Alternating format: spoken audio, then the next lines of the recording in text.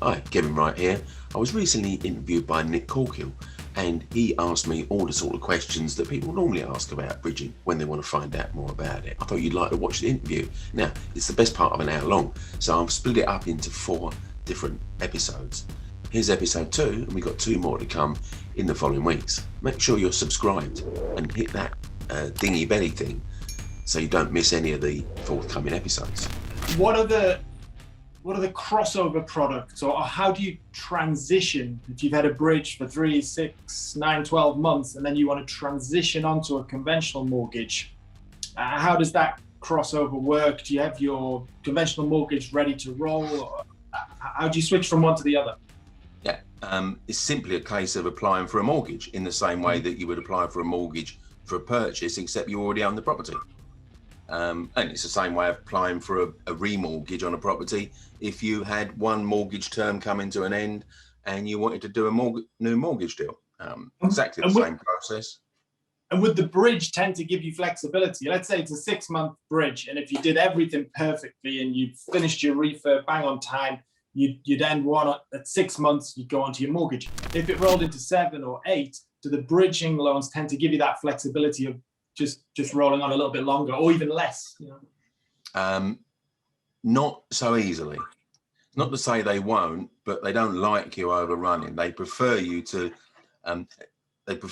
say, to give yourself some contingency at the back end and say, well, I think I can get it done in 6 months, but I'll tell you what, I'll take it at 9 months. Mm-hmm. So most of the bridging terms we arrange, unless you've got a really fast turnaround, are going to be between 9 and 12 months. Not necessarily because people want to keep them that long, but they're just giving themselves the ability to avoid overrunning. How does that impact your credit file if you do overrun? Is it going to then be difficult to get bridging loans in the future? Will it affect your mortgage lending, or just your relationship with that one bridger? Doesn't affect anything. Okay. For a very simple reason, bridgers don't put any any bridging loan on a credit file. They don't interact with credit reference agencies at all.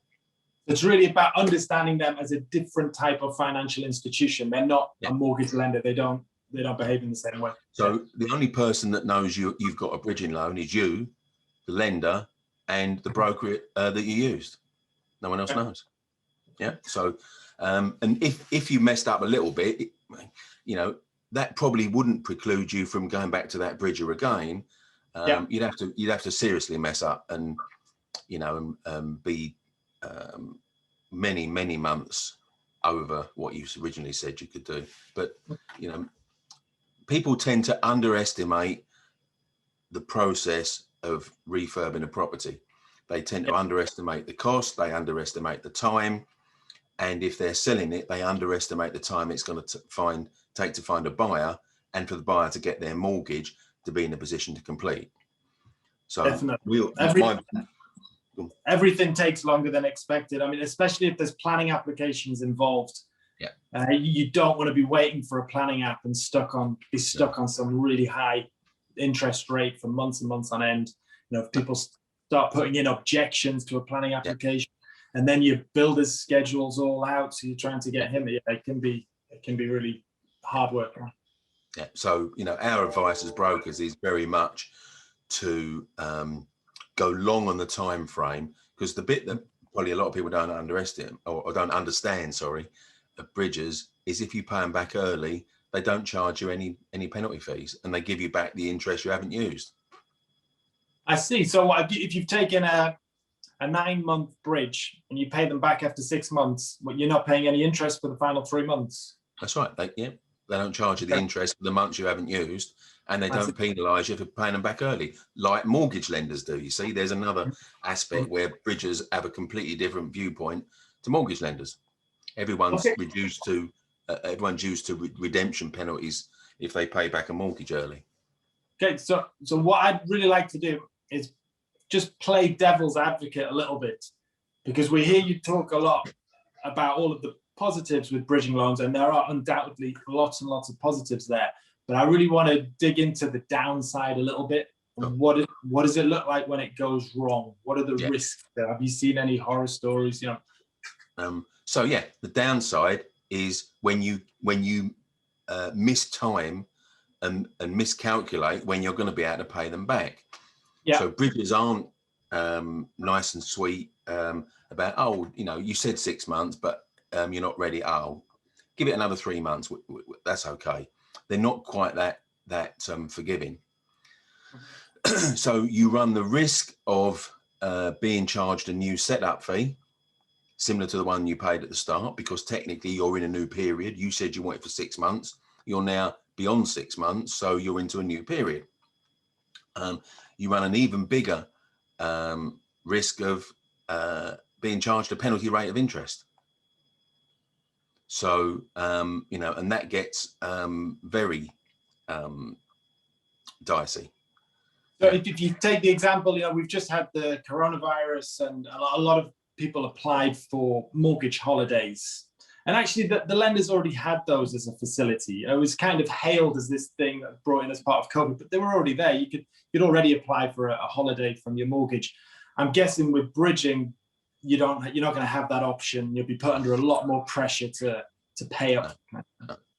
Well, as you know, going back to my previous point, you put yourself under a lot of pressure, you know, if you try and take the loan too short now, which is why I say you know, our general advice is to take a 12-month bridge. Yeah. Because then you've given yourself that leeway, that contingency, that most of what you should be able to sort, you can sort out within 12 months. It's when you go short, you put yourself under pressure, but it's a personal choice. You don't have to. I guess if you've done several and you've got a bit of a cookie cutter thing happening, you know your building team, you know the type of assets you're working on, then you can push them back to 6 months and with a bit more confidence. But if it's a newer project, you probably want a slightly longer term, so you're under less pressure. Even if you're experienced, I mean, you know, we're seeing a lot at the moment about shortages of materials. Yeah, I'm seeing that with my builders, definitely. Now, you know, you can have done 20 projects. You're still not going to get materials faster than they're able to be procured. Yeah. So even for more experienced people, there's still a strong argument for going to 9 to 12 months on a bridging loan, just to give yourself, you know, breathing space. And you can always get out of it early anyway. So, you know, you exactly. can always, yeah, exactly. Okay. Yeah. You know, now bridges are not unthinking and draconian. So, you know, let's say you were doing a flip project, you got the refurb done more or less on time, and you'd found a buyer, and the buyer had approached them for their mortgage. They'd had it surveyed, and they were either awaiting their offer or they just got their offer. And that's the time when you hit the deadline and you miss it because the buyer's a bit slower with their mortgage lender for your buyer is a bit slower coming through with the mortgage. Now, if you've been in contact with the bridger, which we'd always recommend, and you just say to them, you know, well, I'm probably a few weeks away yet.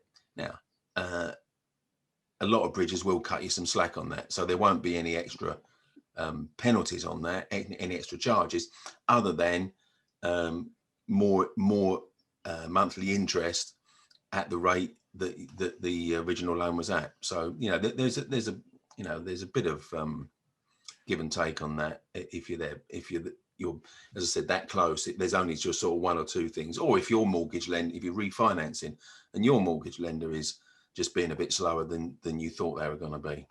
But again, go back to this point, a lot of these running out of time situations can be alleviated at the outset by just extending the term, you know, if necessary, to a full 12 months. What are the typical fees? Are we looking at 1% a month, something like that? So yeah, your typical is you get a setup fee or an arrangement fee or completion fee. It's sometimes dressed as different things, but it means the same thing. Okay. That's usually 2% of the loan. Yeah. And interest rates, benchmark is 1%, but we have seen rates falling quite substantially during the last 5 years, mostly due to new entrants into the market that have forced the price. So bridging, actually, although people say, oh, bridging's really expensive, it's cheap. It's the cheapest it's ever been. And in terms of how you pay for the finance, I know there's different ways you can pay it, where it's all rolled up at the end or at the start, or you can pay it on a monthly basis. Yeah. What are the main kind of distinctions in how you actually repay that loan? So I'll just finish off on your previous point before I answer that one. So 1% a month is a benchmark, but most cases we get it below that. On most deals that we get to broker, we get it below 1%. Sometimes, even more, more below 1% than that. But 0.7, 0.8, these sort of things are possible, but you don't get it on every deal. And do you see the market changing? Has it become cheaper over the last few years? More expensive? Yeah, absolutely. Yeah. Cheaper. So it's kind of mirrored in parallel to the mortgage lending market, which has improved as well. The bridging market's improved. Yeah. I mean, I've been brokering bridging for over 10 years. And, when I first started 10 years ago, there were infinitely less choice of less lenders. Yeah. And the standard monthly rate was 1.5% a month. Right. Okay. So, I mean, it's got substantially cheaper. Now you could be doing deals at half that rate. Mm-hmm. Now, what was your other point? So the other sort of follow-on question about the monthly rate was, how is that actually paid? Okay. So I know some of it's rolled up into the loan, paid at the end, paid on a monthly basis. So what are the... Most of the time it's deducted up front. Interest for the term is deducted day one. It's called retained interest. Yeah. Bridgers are happier when they've just got the interest and they're not worried about you paying for it. Mm-hmm. They don't like monthly payments. They will do them under certain circumstances, but they're not keen on doing it. Mm-hmm. You would have to ask for it. They wouldn't offer. And rolled up interest. Rolled up interest is rarely used. Probably the only one type of bridging that they would use it on is a refurb bridge. Right. Okay. Yeah. So most of the time they don't want to wait until the end. They like their money up front. I see. Okay. So what did you think? Let me know in the comments down below. And hey, remember to click that subscribe button. In the meantime, check out this quick preview of the next episode.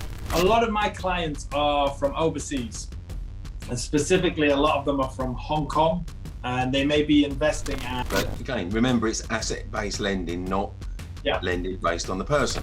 A complex decision, and And here's another thing, I see this in some of the Facebook groups. I mean, people go and say, can you recommend a bridging lender? Most mortgage brokers, however brilliant they are on mortgages, have got far less experience on bridging.